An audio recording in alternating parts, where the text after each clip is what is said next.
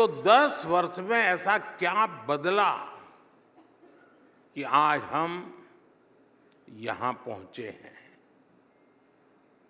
ये बदलाव माइंडसेट का है, ये बदलाव सेल्फ कॉन्फिडेंस और ट्रस्ट का है, ये बदलाव गुड गवर्नेंस का, सुशासन का। साथियों, एक बहुत पुरानी कहावत है, मन के हारे हार है, मन के जीते जीत।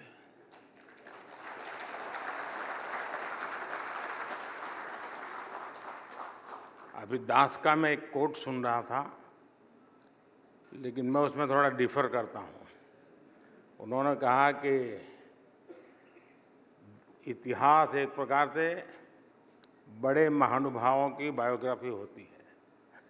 कि हो सकता है पश्चिम की सोच हो, हिंदुस्तान में सामान्य मानवी की बायोग्राफी वही इतिहास होता है।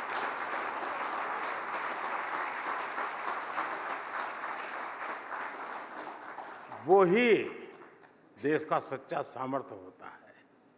और इसलिए बड़े लोग आए चले गए, देश अजरा अमर रहता है।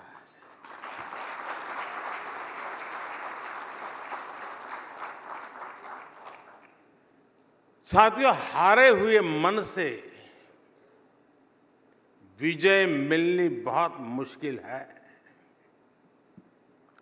इसलिए पिछले 10 साल में माइंडसेट में जो बदलाव आया है, जो लीप हमने लिया है, वो वाकई अद्भुत है।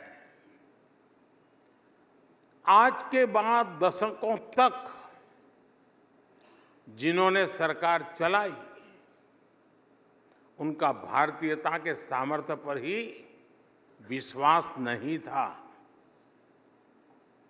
उन्होंने भारतीयों को अंडर एस्टिमेट किया, उनके सामर्थ्य को कम करके आंका।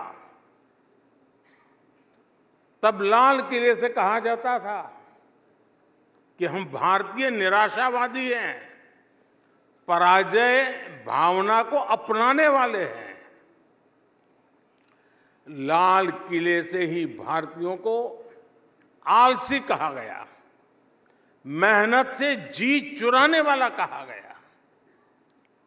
जब देश का नेतृत्व ही निराशा से भरा हुआ हो, तो फिर देश में आशा का संचार कैसे होता।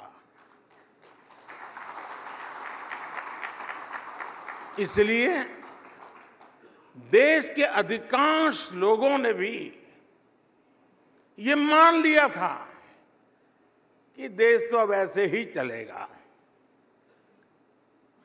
ऊपर से करप्शन, हजारों करोड़ के घोटाले, पॉलिसी पैरालिसिस, परिवारवाद, इन सब ने देश की नींव को तबाह करके रख दिया था। पिछले 10 वर्षों में हम उस भयावह स्थिति से देश को निकालकर यहां लाए हैं।